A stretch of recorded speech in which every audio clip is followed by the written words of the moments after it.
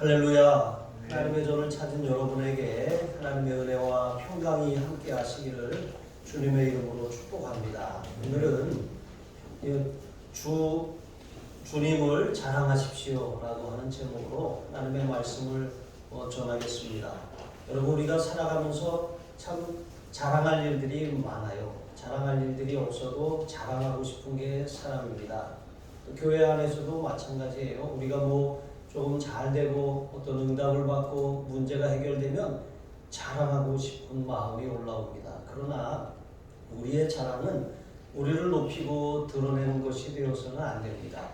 우리를 통해서 일하신 주님, 또 우리의 삶에 역사하신 하나님의 손길을 우리가 기억하고 그것을 기념하고 간증하는 그런 재료로 삼아야 할 줄로 믿습니다. 그래서 우리는 언제나 주님만을 자랑하는 그런 건강하고 또 행복한 성도로 살아가야 할 줄로 믿습니다.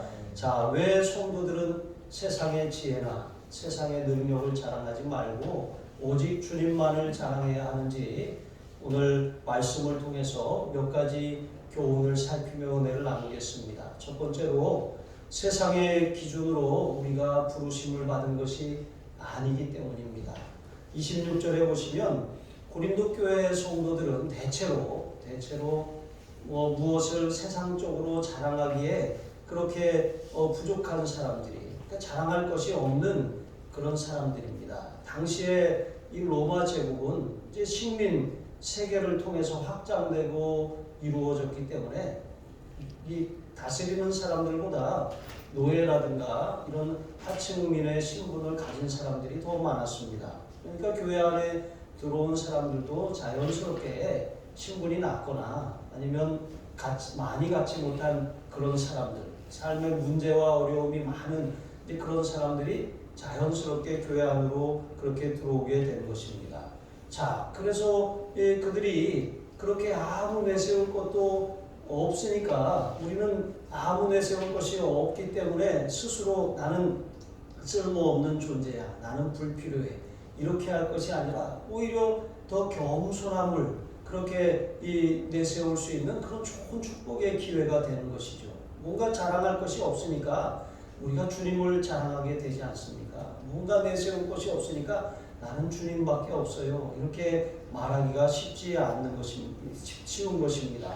그래서 바울이 형제들아 너희를 부르심을 보라 라고 이렇게 말하는 것, 그것은 과거의 고린도 교회 성도들이 어떻게 부르심을 받았는지, 그들이 부르심을 받기 이전의 처지가 어땠는지 돌아보라고 하는 것입니다. 여러분, 우리의 처지, 지난날의 삶을 보면 우리가 어떻게 하나님이 나에게 이렇게 축복하시고 이와 같은 은혜를 베풀어 주셨나. 여러분, 그렇지 않은 사람은 별로 없어요. 대부분 다 보면 예수 믿기 이전과 이후의 삶이 놀랍도록 달라졌어요. 우리가 만족하지 못하기 때문이지 예수 믿기 이전의 삶은 아무런 소망도 없고 미래도 없었어요. 그냥 자기 자신만을 위해서, 인생의 성공만을 위해서 살았습니다. 그러나 예수님을 만나고 난 다음에 우리 가치관이 변하고 우리의 태도가 변하고 우리 삶의 이유와 목적이 달라지지 않았습니까? 그리고 실제로 하나님이 우리에게 은혜와 복을 베풀어 주셔서 많은 변화들이 우리에게 일어났습니다. 그런데 우리가 이렇게 우리도 모르게 뭔가를 자랑하고 교만하는 마음이 올라오려고 할 때 바울이 이거 우리에게 좋은 교훈을 가르쳐 주는 거예요. 지난날을 돌아보라고 하는 거예요. 우리가 지난날 어떠했는지 그것을 살펴보라고 하는 것입니다. 과거의 모습을 돌아보게 함으로 지금 이 고린도 교회가 분쟁하고 있는 그런 모습이 합당하지 않다라고 하는 것을 그들에게 깨우쳐주고 있는 것입니다. 우리가 지금 이렇게 된 건 다 하나님의 은혜 아니냐.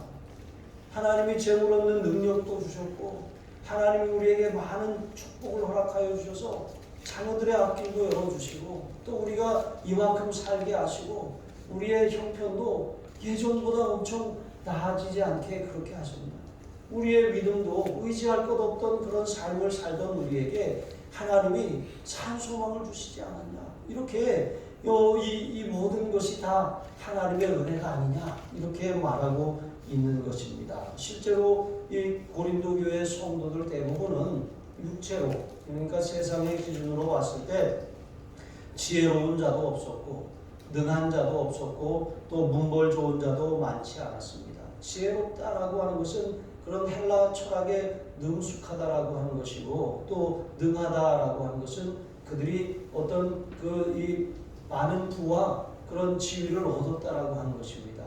그리고 문벌 좋은 자라고 하는 것은 이제 그 당시 헬라가 굉장히 철학적이고 학문이 발달되었기 때문에 이렇게 공부를 잘하고 또 이렇게 뛰어난 그런 지식을 잘 배양하면 이렇게 이 신분이 상승할 수 있는 그런 길들이 있었습니다. 자, 이렇게 문벌을 얻어서 또 그것으로 말미암아 그런 삶을 개선하고 지위를 얻은 사람들이 있었다는 것입니다. 그런데 이런 사람들이 별로 고린도 교회 안에는 존재하지 않았다라고 하는 것이죠. 이렇게 교양과 권세와 출신 성분이라고 하는 것이 당시에 사람을 평가하고 판단하고 등용하는 세상의 기준이었습니다. 하지만 하나님이 성도로 부르실 때 그런 세상의 기준을 가지고 부르시는 것이 아닙니다. 제가 시골에서 목회할 때 어떤 할머니 한 분이, 제가 전도하니까 그분이 저한테 이렇게 말하더라고요. 자기가 교회를 안 가는 이유가 뭔지 아냐고 그러면서 말씀하시는데, 뭐예요 할머니? 그랬더니 교회 가면 좋은 옷 입은 사람, 또 좀 땅이 많은 사람, 그런 사람들이 오면 어서 오시라고 하고 앞에 여기 좋은 자리에 앉으라고 하고, 옷도 그냥 일하다가 온 그런 옷차림에 또 별로 자식들도 잘 안 되고 가진 것도 없는 사람들은 저 뒤에 문간에 앉으라고 한다고. 아유 할머니 그런 소리 하지 마세요. 우리 그런 교회 아니에요. 우리는 정말 모든 사람을 사랑하시는 하나님의 교회예요. 영혼을 사랑하는 그런 마음을 가진 따뜻한 사람들이 모인 곳이에요. 그런 염려하지 않으셔도 돼요. 근데 그랬던 기억이 납니다. 근데 어쨌든 세상의 기준과 교회의 기준은 달라요. 근데 교회에서도 우리가 자칫 잘못하면 어떤 세상의 지혜나 능력이나 어떤 지위 이런 것들을 가진 사람들을 좀 낮게 대우하고 그런 사람들에게 더 직분을 이렇게 더 빨리 맡기고 이런 일들이 있을 수 있다는 거예요. 근데 사실 그것은 병폐죠. 하나님이 기뻐하시는 그런 건강한 교회의 모습은 아닙니다. 이러한 기준은 세상의 판단 기준이라고 하는 것이죠. 그러나 교회의 판단 기준은 하나님의 주권적인 선택입니다. 여러분 다 예수님께서 12제자를 선택하실 때도 기도하시고 산에 가서 밤이 맞도록 기도하신 다음에 선택하셨어요. 그런데 예수님이 12제자를 선택하셨는데 그 12제자가 다 쓰임받았습니까? 한 사람은 버림을 받았잖아요. 그래서 어떤 분은 그런 얘기도 하더라고요. 다 직분을 세워도 다 예수님도 그랬던 것처럼 가룟 유다 티오가 있다고. 우스갯소리로 하는 말이지만 이렇게 사람이 완전하지 않기 때문에 그래요. 여러분 11명에 드시기를 바랍니다. 그래서 우리가 하나님이 우리를 선택하신 것은 어떤 우리의 외적인 세상의 기준이나 자격 조건이 아니에요. 하나님의 주권적인 은혜와 주권적인 선택입니다. 나는 받을 자격이 없어요. 나는 아무 내세울 것이 없습니다. 나는 부족해요. 나는 세상적인 기준으로 봤을 때는 내가 어떻게 그것을 감당할 수 있어요. 내 상황이나 처지를 보면 나는 그것을 할 수 없습니다 라고 하는 그런 마음이 들어요. 그런데 그런 마음을 갖는 것이 당연한 거예요. 그런 마음을 갖는 사람이 정상입니다. 나는 이것을 감당할 만해. 이것은 나의 것이야 라고 하는 사람은 아직 준비가 안 된 사람인 것입니다. 여러분 제가 이제 신천장로 과정 이제 이 고시를 위원이 되어서 가서 교육을 하고 또 이렇게 이제 시험 출제하는 것을 이렇게 안내했습니다. 그런데 이렇게 그 교육을 다 마친 다음에 권사님이시죠 아직 그 권사님 한 분이 이렇게 말하는 거예요. 제가 뭐 질문하실 거 있으신 분 질문하세요 그랬더니 갑자기 손을 드시더니 그러시는 거예요. 제가 이 교재를 받아들고서 두려웠습니다. 그래서 제가 아니 장로님 걱정하지 마세요. 권사님 걱정하지 마세요. 이거 떨어뜨리려고 보는 시험이 아니고 또 각 교회 담임 목사님이 장로로 추천하실 정도 되면 아무나 그렇게 뽑지 않으셨다는 것을 저도 압니다. 그러니까 걱정하지 마세요. 그랬습니다. 그랬더니 이분이 뭐라 그러시냐면, 아니요 목사님, 그게 아니라 제가 장로가 될 자격이 있는지 하나님 앞에서 두렵다는 거예요. 그래서 제가 다시 말씀을 드렸습니다. 걱정하지 마세요. 권사님 같은 분은 꼭 장로가 되셔야 돼요. 왜냐하면요, 우리가 모든 직분을 맡을 때 그것은 어떤 세상의 기준이나 어떤 자격 조건을 갖추었기 때문에 하나님이 맡기시는 것이 아니에요. 담임 목사님이 다 기도하고 그렇게 세우시는 것 아니겠습니까? 그렇게 직분을 세우셨을 때 하나님, 저는 감당할 수 없어요. 저는 부족합니다. 저는 죄인입니다. 하고 그런 이 거룩한 부담감이 있는 분들은 정말 하나님이 택하신 분들이에요. 그런데 만약에 직분을 이렇게 맡기는데 나는 그 직분을 받을 자격이 있어, 나 같은 사람이 장로가 돼야지, 이런 생각을 하고 이렇게 말하는 분이 있다면 저는 그런 분은 아직 아니라고 생각해요. 그런데 장로님은 정말 그 거룩한 부담감이 있으신 걸 보니까 하나님이 택하신 분이 맞습니다. 제가 이렇게 말을 했어요. 그랬더니 그분이 조금 부끄러우셨는지 고개를 이렇게 좀 떨구시더라고요. 그랬더니 그 옆에 앉은 분이 같은 교회에서 오신 분인데 아멘! 하고 큰 소리로 해서 제가 깜짝 놀랐습니다. 여러분, 어쨌든 직분이라고 하는 것, 어떤 자격이 있어서 세상적인 그런 기준을 갖추었기 때문에 하나님이 주시는 것이 아닙니다. 전적인 하나님의 은혜이고 하나님의 주권입니다. 물론 또 목사님들이 그냥 그런 세상의 기준을 뺐다고 해서 아무 기준도 없이 그렇게 세우는 것은 물론 아닙니다. 그런데 다 기도해보면 다 일치를 하는 거예요. 모든 사람들이 저분은 이 직분자로 세워야 돼. 그렇게 그런 의견에 그런 이 불일치가 없는 것입니다. 여러분, 그러므로 우리가 하나님 앞에 이 쓰임받는 것은 세상의 어떤 기준이나 자격 조건이 아니라 지금 내가 힘을 가졌거나 능력이 있거나 어떤 가능성이 많은 사람이거나 그런 것을 보는 것이 아닙니다. 오히려 하나님께서는 때로 정말 내가 감당할 수 없는 상황에 있는 처지에 있는데 그런 직분을 맡기실 때가 있어요. 그런데 하나님께서 그런 은혜와 직분을 맡기시는 이유가 무엇입니까? 그렇게 함으로 우리가 하나님만을 의지하면서 그것을 감당하게 하시려고 하는 거예요. 내가 능력이 있고 유력하면 내 힘으로만 감당하려고 해요. 여러분, 솔로몬 성전에 두 기둥이 있습니다. 야긴과 보아스라고 해요. 야긴과 보아스. 보아스라고 하는 것은 그에게 능력이 있다라고 하는 뜻이에요. 야긴이라고 하는 말은 그가 세우신다라고 하는 뜻이에요. 그러니까 한 사람은 능력이 있는 사람이에요. 한 사람은 하나님이 세우시는 사람이에요. 그러니까 세상의 기준으로 봤을 때는 능력이 있는 사람만 세워야 마땅해요. 그런데 하나님이 세우실 때는 능력이 있는 사람도 세우셔요. 왜냐하면 그 사람도 필요하기 때문에 그렇죠. 그런데 하나님이 그가 세우시는 사람도 있는 것입니다. 교회는 그렇게 이 직분에 그런 균형을 잘 이루어야 되는 거예요. 어떤 사람은 외적으로는 능력이 좀 부족하지만 하나님의 영적인 은혜와 능력을 많이 주셨어요.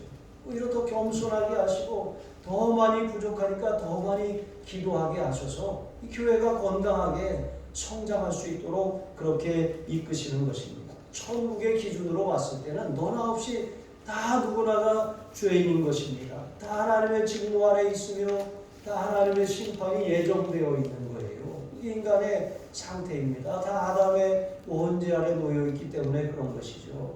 구원을 하나님이 베풀어 주신 것, 어떤 우리의 자격 조건, 세상의 어떤 기준으로 우리를 선택하신 것이 아닙니다. 여러분, 오늘 밤이라도 하나님께서 여러분을 부르신다면 하나님 앞에 섰을 때 하나님이 여러분에게 물으실 겁니다. 내가 오늘 너를 나의 천국에 들여보내야 할 이유가 무엇이겠느냐? 이렇게 물으시면 여러분 무엇이라고 대답할 거예요? 저는 착하게 살았습니다. 선한 일을 많이 했습니다. 제가 봉사하는 아주 대장이었습니다. 제가 굉장히 열심히 있었던 거 주님도 아시잖아요. 여러분, 다 소용이 없습니다. 주님이 우리에게 물으시는 그런 질문에 대한 정확한 대답은 무엇입니까? 네, 저는 아무 자격도 없고 아무 공로도 없습니다. 오직 예수님의 십자가에 흘리신 그 보혈의 공로를 의지해서 제가 하나님의 이 전에 하나님의 집에 천국에 들어갈 자격을 얻었음을 확신합니다. 여러분 이렇게 대답할 수 있으시기를 바랍니다. 구원받은 것은 사람의 공로나 자격이 아니라 이렇게 전적인 하나님의 은혜인 것입니다. 그러므로 누구도 우리가 구원받은 것처럼 또한 우리에게 하나님이 직분을 맡기시고 우리에게 축복하시고 은혜를 베푸신 모든 일들에 대해서 다 하나님이 주신 거잖아요. 자랑할 것이 없어요. 하나님이 주셨습니다. 하나님이 복을 주셨고 하나님이 은혜를 베풀어 주셨습니다. 이렇게 주님만을 자랑하고 주님만을 높여야 할 줄로 믿습니다. 그런 마음을 가지고 있는 사람들이 직분도 잘 감당하고 그런 마음을 가진 사람들이 교만해지지도 않아요. 마치 내가 능력이 있어서 모든 것을 얻었다고 착각하고 내가 마치 어떤 자격이 있어서 내가 이런 자리에 있어야 한다고 생각하고 내가 많은 이런 경험이 있고 내가 많은 그런 능력을 갖추었기 때문에 내가 이렇게 여기에 합당하다라고 생각하는 것, 그것은 세상의 기준입니다. 하나님께서 쓰시는 사람들은 머리를 디미는 사람들이 아니라 겸손하게 머리를 조아리는 사람이에요. 저는 부족합니다. 저는 할 수 없습니다. 저는 연약합니다. 저는 주님의 손에 쓰임받기를 원합니다. 이런 마음으로 헌신해야 할 줄로 믿습니다. 그래서 27절, 28절 말씀해 보시면 하나님께서는 복음을 위해서 이 복음을 전하고 또 복음을 통해 교회를 세우고 하나님의 나라를 확장하기 위해서 어떤 사람들을 택하셨습니까? 자랑할 것이 없는 자들, 아무 자랑할 것이 없는 미련한 자들, 세상의 기준으로 봤을 때 지혜도 없고 능력도 없고 문벌도 좋지 않은 자들을 택하셨다는 거예요. 이게 여기서 미련하고 또 이런 것들이 갖추지 못했다라고 하는 것은 교회에서 그렇게 본다는 것이 아니라 세상의 기준으로 봤을 때 세상 사람들이 그렇다는 거예요. 야, 저 교회 가니까 저런 사람이 장로더라. 그런데 저런 사람이 장로더라 말했을 때 자기들의 세상 기준으로 봤을 때 평가하는 거예요. 그런데 정말 이 세상 직분과 교회의 직분을 구분하지 못해서 그렇게 하는 말들인 것이죠. 자, 하나님이 여기서 택하셨다라고 하는 것은 아무 자격도 없고 마땅한 자격도 갖추지 못했고 또 그렇게 아무런 무슨 공로도 없는 것 같은 그런 사람들이지만 하나님께서 어떤 특별한 목적을 위해서 하나님의 은혜로 그렇게 선택하셨다라고 하는 거예요. 그게 바로 하나님이 부르시고 택하셨다라고 하는 말의 의미인 것입니다. 세상의 기준으로 봤을 때는 별로 내세울 것이 없지만 하나님께서는 그런 사람들을 세워서 세상의 그런 것들로 자랑하는 사람들, 이제 성경은 그런 사람들을 교만한 사람들이라고 하죠. 이 교만한 사람들을 부끄럽게 하신 것입니다. 천하고 멸시받는 자들을 택해서 그들을 통해서 유력자들을 패하게 하시려고 하신다고 말씀하시는 것입니다. 여러분, 그들을 부끄럽게 하신다고 앞에서 말씀하셨는데 그런데 이제 27절에 보면 그들을 패하신다고 말씀하셨어요. 부끄럽게 하신다라고 하는 것, 그것은 저 사람이 장로면 나도 저 교회 가면 장로 될 수 있겠네 라고 생각할 수 있잖아요. 그런데 하나님의 기준은 그렇지 않다는 거예요. 그래서 그 사람을 보고서 나중에 지금은 모르지만 은혜를 받고 나면 교회 안에 들어오고 나면 부끄러워지고 깨닫게 된다라고 하는 것이죠. 그런데 그것뿐만이 아니라 이제 28절에 보면 그런 부끄러움, 굴욕 정도가 아니라 아주 패하여진다라고 말씀하죠. 이 패하여진다는 게 무엇입니까? 영원한 멸망에 이른다라고 하는 것입니다. 세상의 기준, 세상의 가치, 세상의 자랑만을 내세우고 사는 사람들, 그런 사람들은 진정한 정말 이 자랑과 가치가 무엇인지 알지 못하는 사람들입니다. 그렇게 사는 사람들은 부끄러움을 당하고 그렇게 사는 사람들의 최후는 결국 영원한 심판에 이르게 된다라고 하는 것입니다. 여러분, 이런 세상의 기준을 교회 안에도 가지고 들어와서 그렇게 다투고 논쟁하고 서로를 뽐내고 자랑할 것이 아니다라고 하는 것입니다.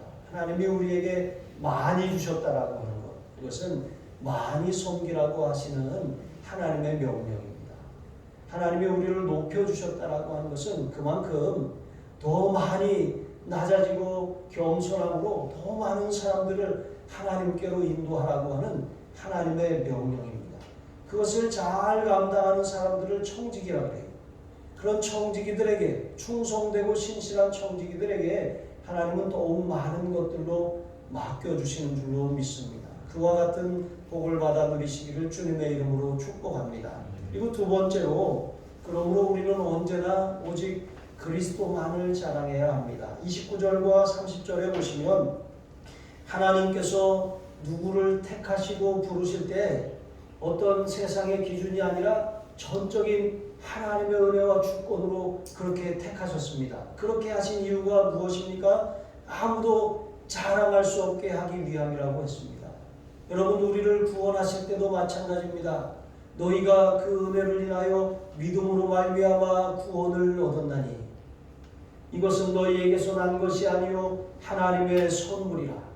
행위에서 난 것이 아니니 이는 누구든지 자랑치 못하게 함이라고 에베소서 2장 8절로 9절에 말씀하고 있습니다. 구원받은 것도 사람의 행위가 아닙니다. 사람의 공로나 어떤 세상의 평가 기준으로 구원받은 것이 아닙니다. 마찬가지로 하나님이 우리의 삶에 베풀어 주시는 은혜, 하나님이 우리에게 베풀어 주시는 축복, 왜 하나님 저런 사람에게 저렇게 많이 주셨습니까? 저 믿음도 없는 사람, 저 불안담 같은 사람, 정말 자기밖에 모르는 이기적인 사람에게 왜 저렇게 많이 주셨습니까? 여러분, 그것도 하나님의 주권이에요. 하나님 왜 나 같은 사람에게 안 주십니까? 나 같은 사람을 축복하셔야죠. 나 같은 사람을 들어 쓰셔야죠. 왜 나를 내버려 두십니까? 여러분, 그것도 하나님의 주권입니다. 그것을 빨리 깨닫는 사람들은 성장할 수 있어요. 그것을 빨리 발견하는 사람들은 더욱 큰 은혜를 사모하고 더욱 큰 은혜와 복을 받을 수가 있습니다. 근데 그것을 알지 못하는 사람들은 늘 탓하고 신세한탄이나 하며 원망하며 인생을 낭비하게 되는 것입니다. 여러분, 하나님이 우리를 구원하신 것은 전적인 하나님의 주권입니다. 하나님이 우리에게 은혜를 베푸시고 복을 주시는 것도 전적인 하나님의 주권입니다. 그러므로 우리는 모든 것에 대해서 하나님께 영광을 돌리고 우리에게 그것을 주신 하나님을 자랑해야 할 줄로 믿습니다. 그렇게 하나님을 자랑하고 높일수록, 하나님의 영광을 나타내고 드러낼수록 하나님은 그 사람을 더욱더 사용하시고 더욱더 귀하게 복을 내려 주시는 줄로 믿습니다. 자, 그런데 이 고린도 교회는 어땠습니까? 사람을 자랑했어요. 나중에는 자기들이 자랑할 게 없으니까 이제 이 자기들이 추종하는 사역자들을 자랑한 거예요. 설립자를 자랑합니다. 능력자를 자랑합니다. 감독자를 자랑하고, 그렇게 그것을 통해서 또한 서로 또 비교하는 거예요. 이 사역자는 이랬고 저 목회자는 저랬고 저 목회자는 이랬다 하면서 그들을 평가하고 깎아내리는 거예요. 여러분, 바울도 언변이 좀 부족한 사람이라고 했습니다. 그런데 아볼로라고 하는 사람은 헬라 철학과 학문에 능숙한 사람이에요. 사람들이 봤을 때 그는 능력자입니다. 그와 비교했을 때 그 전임자 바울은 말주변도 없는 사람, 한마디로 설교도 제대로 못하는 사람인 것입니다. 그런데 이렇게 말하는 이런 평가 기준이 어디에 있는 거예요? 세상의 기준이고 세상의 평가인 것이죠. 그런데 바울을 임명하시고 보내신 분이 누구예요? 하나님이시잖아요. 아볼로를 세우신 분이 누굽니까? 하나님이십니다. 베드로를 보내서 감독하게 하신 분이 누구십니까? 하나님이시잖아요. 여러분, 바울이 고백합니다. 바울은 심었고 아볼로는 물을 주었으되 하나님은 자라게 하시느니라. 바울과 아볼로가 한 것은 한 사람은 심고 한 사람은 물을 준 것입니다. 그들이 자라게 한 것이 아닙니다. 하나님이 자라게 하신 거예요. 그냥 각자 각 사람이 그 역할을 했을 뿐입니다. 어떤 사람이 어떤 직임을 맡았습니다. 그런데 그 일을 잘 감당하고 있는데 전에 하던 사람하고 자꾸 비교하게 되잖아요. 전에 회장은 이랬고 이번에 회장은 이래. 자꾸 비교하게 되는 것입니다. 그런데 이 비교가 별로 좋지가 않고 건강하지가 않습니다. 왜냐하면 이렇게 함으로 말미암아 누가 더 낫다, 누가 더 좋다 이렇게 말하는데 아니에요. 전에 회장은 예를 들면 씨를 뿌린 사람이에요. 그 다음 회장은 물을 준 사람이에요. 각자 그때 그 시대에 맞게 하나님의 역할을 맡기시고 감당하게 하신 거예요. 그래서 아무도 하나님이 자랑하지 못하게 하신 것입니다. 그런데 우리가 마치 그것을 이루어 놓은 것처럼, 마치 우리의 성과인 것처럼 우리 자신을 자랑하고 내세우는 것 아니겠습니까? 여러분, 어떤 기업에서 성공적으로 그 기업을 성장시킨 CEO가 있어요.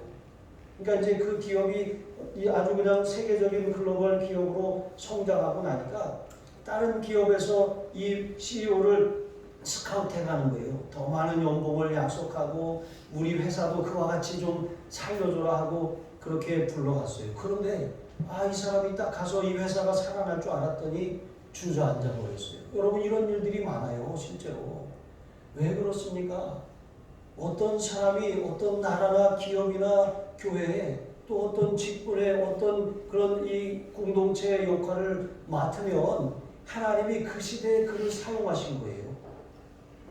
또 그 사람이 또 다른 데 가서 똑같이 그렇게 하면 성공할 수 있을 거라고, 성공은 따놓은 당상이라고 생각하는 거 교만입니다. 우리는 하나님 앞에 특별히 직분을 감당할 때 이런 마음을 가져야 돼요. 하나님, 나는 마땅히 하나님의 명령을 수행했을 뿐입니다. 하나님이 내게 능력 주시는 자 안에서 내가 모든 것을 감당했습니다. 저는 아무것도 아닙니다. 저는 부족합니다. 저는 연약합니다.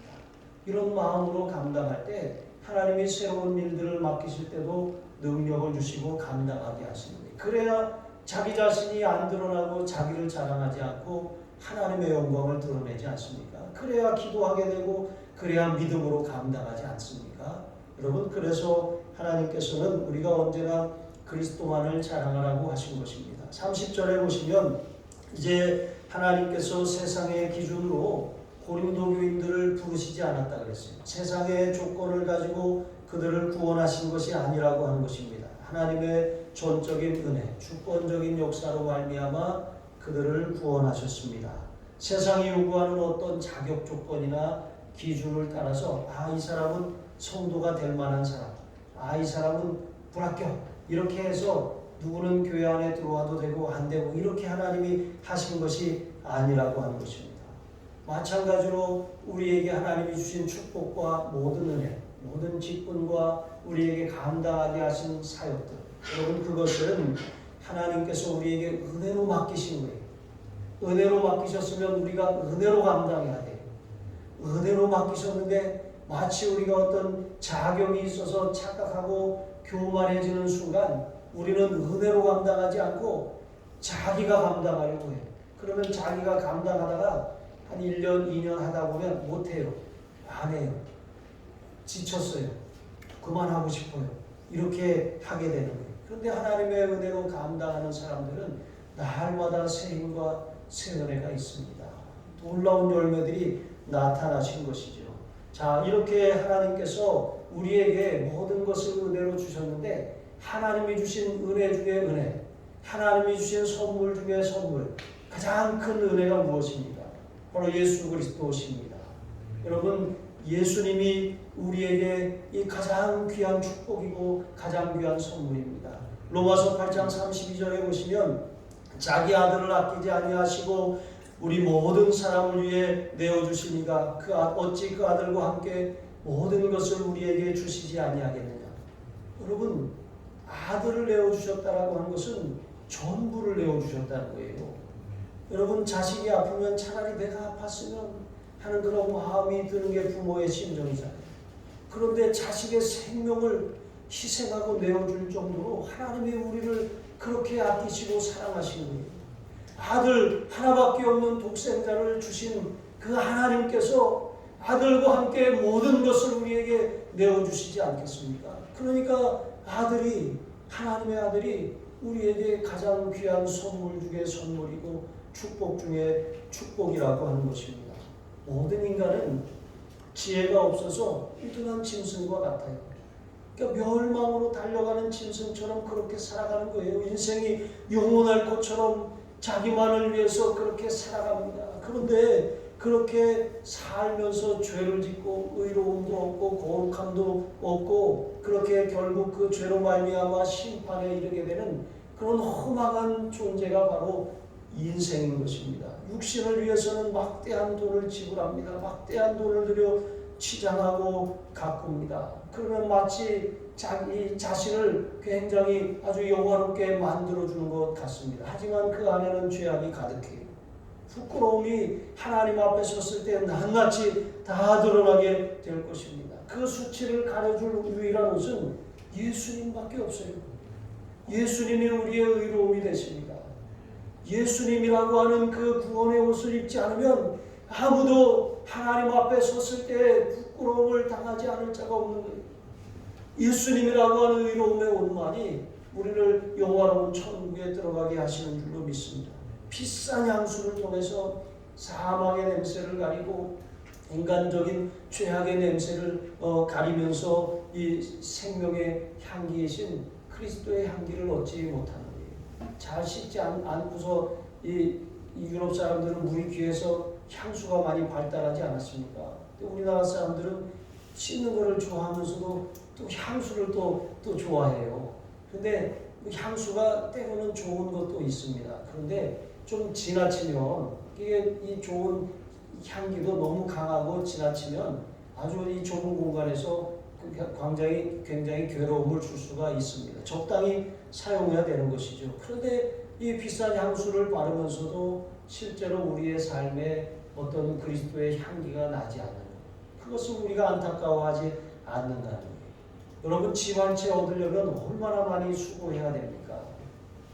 어떤 분이 그러더라고요. 젊은 사람들에게 임대주택을 주는 것 당장은 좋은 일인데 나중에는 평생 임대주택을 면할 수 없게 된다고.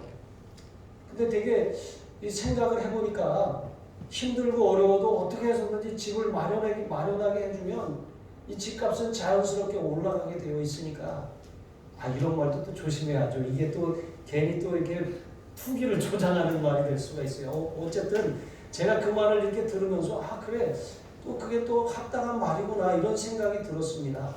그러니까 어렵다고 그냥 계속 어려운 상황에서 그냥 그것을 유지할 수 있도록 도와주면 그게 일시적인 도움이 된다라고 하는 거예요. 그런데 멀리 봐야 된다는 거죠. 일생. 그런데 정말 더 중요한 것이 무엇입니까? 이렇게 우리가 일생 집 한 채를 얻기 위해서 평생을 수고합니다. 그런데 저 하늘나라에 예수님이 우리를 위해서 마련하신 그 거처를 얻기 위해서는 우리가 영적인 투자를 안 하는 것. 이게 바로 이제 많은 이 그리스도인들의 안타까운 모습이라고 하는 것입니다. 여러분 그리스도께서 우리의 의로움이 되셨다라고 하는 것. 그것은 죄인인 우리가 하나님의 법정에 고발이 되었는데 아무 그런 이 어떤 자신을 변호할 만한 근거가 없는 상황에서 예수님이 우리의 변호인으로 나서셔서 그 우리의 죄를 덮어주셨다는 거예요. 그러니까 하나님 앞에 옳다 인정을 받을 수 있도록 우리의 죄를 가려주셨다라고 하는 거예요. 씻어주셨다라고 하는 것입니다. 예수님이 우리의 의로움이 되셨다는 뜻입니다. 예수님이 우리의 거룩함이 되셨다라고 하는 것. 아담의 범죄로 인하여서 우리는 모든 사람이 다 죄인이고 원죄를 가지고 살아갑니다. 다 심판에 이를 수밖에 없습니다. 거룩하게 살고자 하는 그런 마음, 여러분 그런 마음이 없어요. 그냥 규율 안에서 그렇게 살아갈 뿐입니다.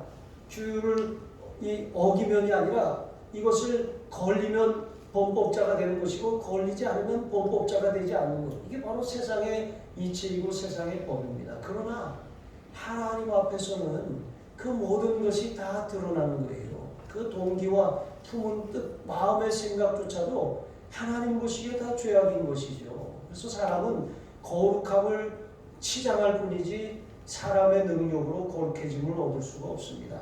또 여기 이 구원함이 되셨다라고 하는 것, 그것은 속량했다라고 하는 거예요. 노예에 대한 값을 그 전 주인에게 지불하고 그 사람을 되사와서 그 사람의 노예 의문을 쓴 노예 문서를 이렇게 다 찢어서 도말해버리고 그 사람을 해방시켰다라고 하는 거예요. 전에는 우리가 죄의 종이었습니다. 마귀의 종이었습니다. 마귀를 위해서 예비된 지옥 형벌을 우리가 동일하게 받을 수밖에 없는 그런 처지에 놓여 있었습니다. 그러나 하나님께서 예수님을 통해서 우리의 의로움이 되시고 거룩함이 되시고 구원함이 되심으로 말미암아 놀라운 그런 은혜를 베풀어 주신 거예요. 이게 전적인 하나님의 은혜지 여기서 우리가 우리 자신을 내세울 것은 하나도 없는 것입니다. 여러분 오직 예수 그리스도 복음이 들려지는 현장에 구원이 임하게 되는 줄로 믿습니다. 우리 교회 학교 아이들 재작년부터 가스펠 프로젝트라고 해서 구속사적인 성경 공부 그 교재를 가지고 그걸 가지고 설교하고 설교한 다음에 영상도 보고 또 영상을 보고 그 다음에 또 거기에 공과와 또 학습 활동을 하고 합니다. 이게 예수님의 그런 생애 또 창조부터 만나기까지 성경 전체를 아이들에게 가르치는 그런 과정입니다. 그 과정의 핵심은 복음인 것이죠. 복음이 없으면 아이들에게 아무리 떡볶이를 사주고 피자를 먹이고 무슨 좋은 상품을 이렇게 준다고 해서 이것은 일시적인 기쁨을 주는 것이지 아이들의 구원에 아무런 영향을 줄 수가 없는 것입니다. 그런 건 주지 않아도 우리는 아이들에게 복음을 들려줘야 돼요. 복음의 씨앗이 아이들에게 떨어지면 지금은 별로 아이들이 변하지 않는 것 같고 달라지지 않는 것 같지만 아닙니다. 복음의 씨앗이 떨어진 사람과 떨어지지 않은 사람은 천지 차이예요. 그 아이가 자라가면서 점점 그 영향력이 나타나게 될 줄로 믿습니다. 아무리 그래서 우리가 세상적인 방법이 아니라 복음을 아이들에게 심어주는 일에 열심을 내야 되는 것입니다. 그래서 제가 기도하다가 한 가지 이런 생각을 했습니다. 우리 선생님들 중에 한 분을 새가족 목자로 세워야 되겠다. 새가족 목자는 이제 아이들을 위해서 왜 전도 대상자들을 위해서 늘 기도하고 관심을 갖다가 떡볶이도 사주고 피자도 사주고 이렇게 하다가 집으로 초대해서 이렇게 파자마 파티도 하고 이렇게 하면서 이제 그때 오면 복음을 들려주는 거예요. 복음을 들려주고 나면 이 아이의 마음에 복음의 씨앗이 떨어졌잖아요. 그리고 교회로 기회가 됐을 때 초청하는 것입니다. 그 초청하면 그 아이가 교회에 오면 이렇게 축복하고 기도해주고 또 그 새가족 목자는 다른 반을 안 맡고 새가족만 맡는 거예요. 그래서 그 아이들을 이제 그 복음 군과를 통해서 가르치고 그리고 난 다음에 일반 반으로 그렇게 보내주는 거예요. 그런 통로가 있어야 되겠다 이런 마음을 가지고 제가 기도하다가 이제 우리 교회 학교에 그런 분을 세워야 되겠다 이제 그렇게 정했어요. 자 이렇게 하면 엄마 아빠가 교회 가지 말아라. 야 전염병이 좀 심하니까 좀 쉬어라. 또 시험 기간이잖아. 그렇게 해도 예배를 패하지 않습니다. 하나님을 섬기는 믿음을 일생 간직하게 되는 것이죠.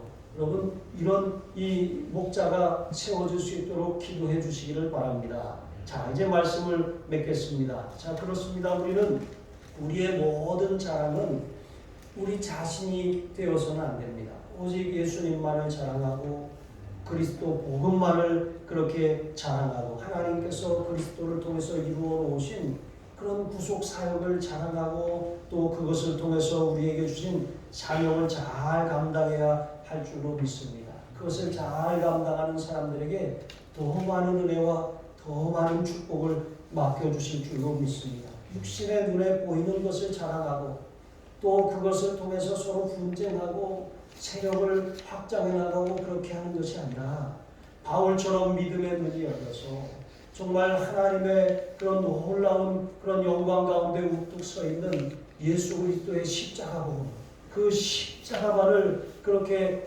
통해서 하나님의 나라로 가고 하나님의 영광 안으로 들어가고 하나님의 놀라운 축복과 상급을 얻는 기름을 발견하시는 우리 하늘 가족들 되시기를 주님의 이름으로 축복합니다. 기도하시겠습니다. 하나님 아버지 세상의 지혜나 문벌이나 신분을 자랑하지 않게 하여 주옵소서. 오직 우리를 구원하신 그리스도 예수만을 자랑하게 하여 주시옵소서. 그리스도만이 우리의 지혜와 우리의 능력과 우리의 권세임을 알고 그렇게 헌신할 때 하나님의 손에 귀하게 일생 대대로 쓰임받는 우리의 가문이 되게 하여 주시옵소서. 감사하며 축복하며 예수님의 이름으로 기도합니다. 아멘.